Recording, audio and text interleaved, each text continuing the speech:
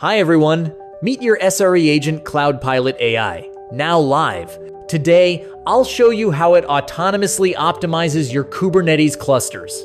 After logging in, you land on the dashboard showing spend, resources, and savings potential. To integrate, just click Add Cluster and run the script. In this demo, I'll use a demo cluster. Dive into the cluster. We land on the saving report by default, but I'll switch to the dashboard first. You can check CPU, memory, and workload details. The node list gives full visibility: instance type, zone, pods, price, and more. Now back to cost monitoring for the saving report. In this case, savings reach 74%.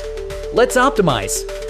CloudPilot AI uses bin packing to place workloads efficiently and rightsizing to match resources with real demand, eliminating waste from overprovisioning.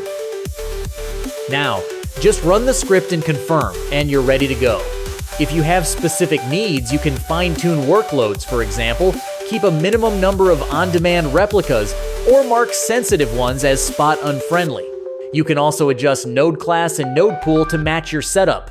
Then go back to click Start Optimization. The optimization steps follow. Launch the new nodes first and then drain the workloads from old nodes to new ones. Finally, delete the old empty nodes.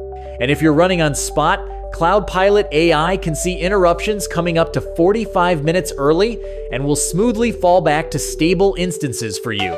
In this case, it will keep your business stable, zero downtime. From here, CloudPilot stays in your cluster, continuously optimizing in real time.